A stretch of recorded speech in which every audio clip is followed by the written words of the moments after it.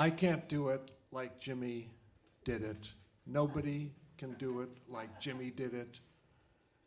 Jimmy's last chords are what we need for today, because he's still playing it that way, and he can't get it so that Colin Kaepernick cannot take a knee. That's what we tried to do with our little movie back in 1969. Hi. I'm in the wrong place. I'm really in the wrong place. I am, my wife just said, you're a fish out of water. I said, I'm a whale out of water. You know, I'm a minnow out of water when I listen to all of the stories that you guys have got. But I will try and keep up because I come from a totally different world, totally different. I'm a social justice filmmaker. I'm a public television person. I was talking to Alan. We speak French, Spanish, Russian when I got out of college. Heyerdahl was my mentor. I would later work with him in '77 and spend, you know, a better part of a decade with him. But people always ask me, how did I ever get involved in this film? And so I'm going to tell you a little bit of a story, and I'm going to try and pick up on what some of you have already talked about, and I'm going to give you a little bit of a different twist. But let me start here. Yes, Gordon Parks was one of my mentors. I gave him his first job as a director, and he went on to become the first black director ever hired by our major studio. That was Warner Brothers. He took me to the opening of the Learning Tree in July of 1969.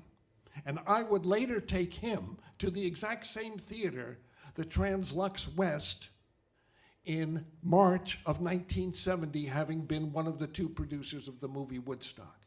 So I was in the trenches, civil rights.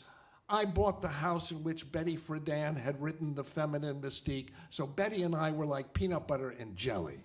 You know, it's this really funny kind of relationship between this woman who would lead the women's movement and I, who would end up making this film with a whole batch of other of my friends. I gave Mike Wadley his first job as a cameraman, and his partner was John Binder. The two of them had never shot a film before. They'd never worked for public television. I was then at NET, National Educational Television, in New York City, before it was public television.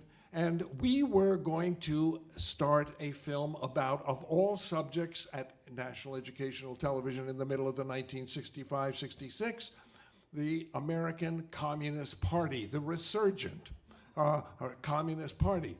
And Michael and I and John went to one gig. It was the first reunion at 72nd Street and Broadway. I forget what the name of that. It's not the Dakota, but it's another big... Ansonia. And everybody was gathered in there. Wadley came in with the first model of what would later become the Steadicam. He had a rig where he had the camera is a Claire right through the handle, and he could walk around the room with his hands down like this, the camera on, a little black piece of tape over the red dot. He could film anybody, anywhere. He was the most agile, ingenious camera person I had ever met at that point, and I was then working with people like David Myers from San Francisco. So Michael and I were going to do this. NET canceled the film. We didn't go on to do that. We ended up doing a series of films about the vanishing American newspaper. Had nothing to do with Woodstock. Wadley and John would then go on and work with a lot of other public television people, as I would, doing live events and things of that kind. And finally, I'd be out of work in June of 1969, and Wadley and John and another little group of merry pranksters said, why don't I hang out up on across from Zabar's, 81st Street and Broadway? And I said, oh yeah, sure, because I'd been up there and we'd been doing a couple of little things together. They had the first chem editing machine in this country. That was the most sensational piece of technology that allowed us to design how to indeed make a concert film. And because we're here and the rock guards are crazy, I want to tell a little story about the godmother of our film. And she was Aretha Franklin. That's right, Aretha Franklin. And I think I brought the New Yorker over here, but I won't go to get it. The New Yorker cover of August, when she just passed. Now, if Aretha was our godmother, who in fact was our godfather? And all of you people here, I think, probably know who he is. It's Merv Griffin. Why, you ask? Merv was doing a little series in New York called Sidewalks of New York. And he wanted to get his audience out of a studio. And so he hired Wadley and John and a little bit of me and a whole batch of other merry pranksters in order to make little scenes all around New England. And they'd take them in and they'd edit them on this chem editing machine, and they'd give a single strand to Merv. Well, 4 people went up to film Aretha in Detroit. And they came back with 4 different camera positions of Aretha singing R-E-S-P-E-C-T and We Shall Overcome. Thelma Schoonmaker, you may have heard of her, working now with Marty Scorsese for years and years and years, the longest relationship between a director and an editor, I think, long beyond Arthur Penn and Dee Dee Allen. They took a single strand and gave it to Merv to use, R-E-S-P-E-C-T, but then they edited a 3-panel projection of Respect and bought 3 Graflex projectors and put them on 3 stands and had 2 sound machines, amplifiers over here, and you went into a room and you threw one switch and you could see 3 images of Aretha from 3 different camera positions. That one design element was what enabled us to think about how to do a concert film. But that's not finished. Nobody in New York 2 weeks before August 15th, 1969 was making the Woodstock movie. No one. There were a lot of people who were saying they were trying to make it, and I'm going to try and lace a couple names together here. Paul Marshall, the law firm, had gone to Ahmet Ertegun and sold Ahmet $75,000 worth of music rights because he had just signed to Atlantic a little group called Crosby, Stills, Nash and Young. Got it? Ted Ashley was going through a divorce. He was Ted Ashley famous, and he was in the process of touring Africa, thinking about doing Out of Africa as a film, but he had no idea about how yet to bring Warner Brothers together. Steve Ross was at Kenny with the Parkings, and he had a funeral home, and he was in the process of trying to assimilate Warner Brothers. Fred Weintraub was down at the bitter end, and he didn't know who his next boss was going to be, and he was trying to be a, quote, consultant, remember, Alan, to Ted Ashley. John Calley was off making films on the side and not really working for Warner Brothers. Warner Brothers' lot was as flat as a pancake. Boll Weevils and Santa Ana winds kind of tossed each other like this. It was just an empty, vacuous space. Nobody had their eye on the ball except Al and David Maisels, who had a producer whose name was Porter Bibb, who was out trying to secure rights, it was silly, rights from each of the performers, including Paul Butterfield, right? Who was trying to get there, and Bob Dylan was not going to be there. Nobody had their hands on any one of these things. And I'd had a lot of experience in live television, multiple cameras. How do you set up complicated shoots quickly? Bob Maurice had just signed, hi Keith, Bob Maurice had just signed a little sort of a distribution arrangement with Mike Wadley, because Michael had made 2 short little films in the interim between the time that I had hired him and he became much more entrepreneurial as a result of that with John Binder and Michael. And John Binder were splitting apart. Bob Maurice and Michael Wadley were trying to get together. And we were all in New York saying, we're hearing this thing about this rock and music festival, and it's going to move from Wykill to started at Woodstock and moved to Wykill, and then it ended up in White Lake. I mean, this was like floating crap game. Nobody was doing anything. And the Maisel brothers with Porter Bibb came to us and said, we want to do the documentary portion of the film. Could you guys do the music? And we said, come on in here, come on. And we showed them Aretha. You know, it took 10 minutes. They were absolutely blown away. Our team, which numbered about 10 people, said, get out of here, Maisels, get out of here. There's absolutely no way in the world that you're ever going to be able to make that film. And I looked at, and we actually got into a little bit of fisticuffs to get them out the door.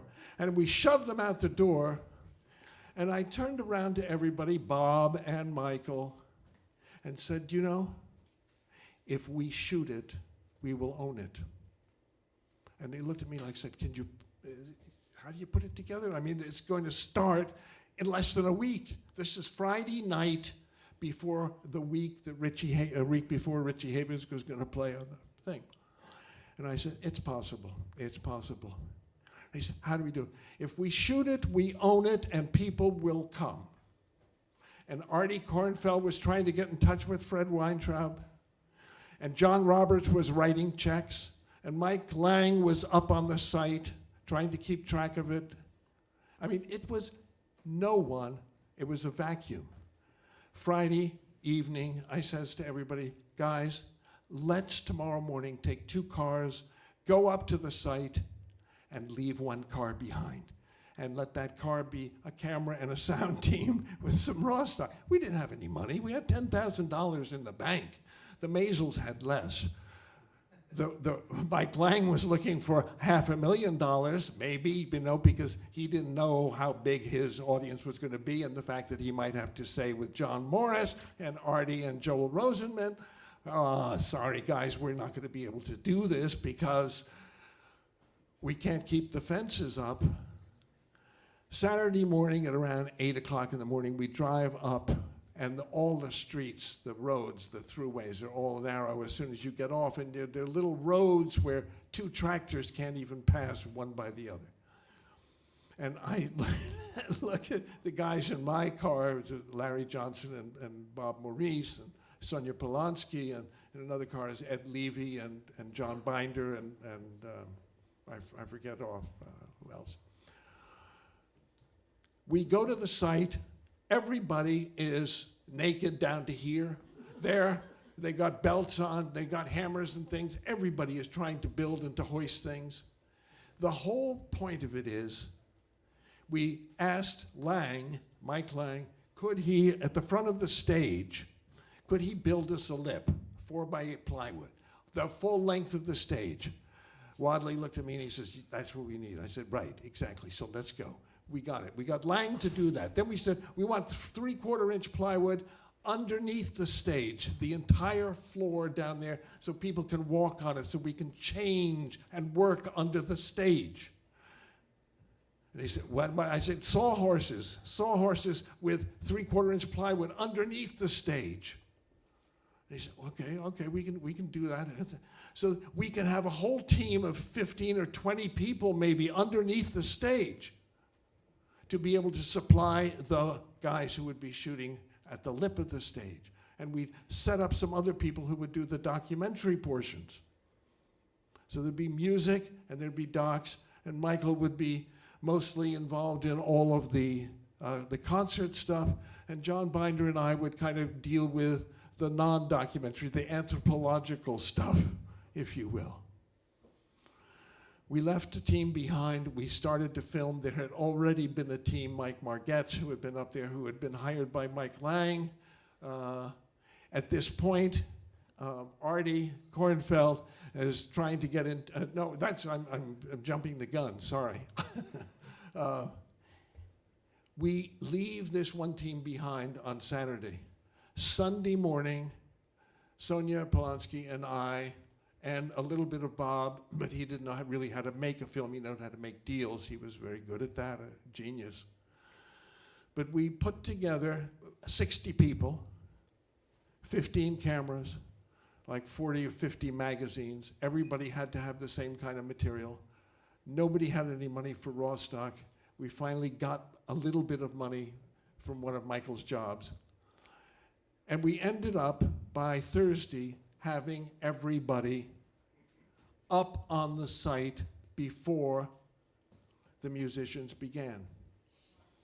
But they didn't have enough raw stock. So we had ammunition. We had no ammunition for all of the arsenal that we had there. Lo and behold, as we started to film, and you saw the helicopters coming in, how many of you were actually at Woodstock? I didn't ask that question. I don't see any hands going up. Yes? Oh. How many of you have seen the movie? Yeah, a lot of hands going up. That's it. The movie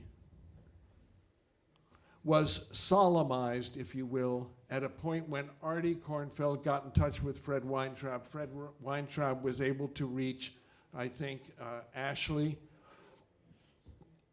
and Steve Ross. We didn't know about it until the Monday that Jimi Hendrix was playing. But that Monday, we knew that what we had suffered through with the rain and the mud and no food and no sleep and virtually no clothing and very, very little to eat, we knew that what we had was something absolutely special. And there is one, we want to talk about rock and roll. I want to talk about the one act that I was able to secure for the movie. That's the Portishead Man. Right, exactly. Michael had the stage covered. John Binder and I were wandering around, and I saw the Portishead Man doing his thing over there, and I grabbed David Myers, who had been my mentor. We had been in Harlem together with Gordon Parks a year earlier. And I said, David, come on over here. Let's go. I've just talked to this guy. His name's Tom Taggart. Do him, as you would normally do something. And of course, David opened up. Joe Lowe was our sound man. Joe Lowe was the guy who took the picture of Martin Luther King being the Memphis balcony that got so famous. Joe was part of public television at that point, and I invited him up to be our sound man for the gig. The Portishead Man was my, if you will, anthropological contribution to the film. I had nothing to do with Paul Butterfield Blues Band. I was humming Verdi while I sat on the, stood on the stage, because he was the only I was an opera freak. Later we would have people like Arlo, who would come into our studios at Warner Brothers. We revitalized Warner Brothers right from the beginning. It was, as I said, boll weevils, empty, nothing going on. Ashley, Steve Ross, John Calley, Fred Weintraub, everybody trying to, kind of get their feet wet. We were the fuel that enabled them to take Warner Brothers to where it became. Of course, the movie went out, the largest grossing film, I think in the world, a documentary film, anyway. That's the story, a little bit of the story about the movie that almost never got made. But all of you here had something to do with one or more of the acts, I'm sure.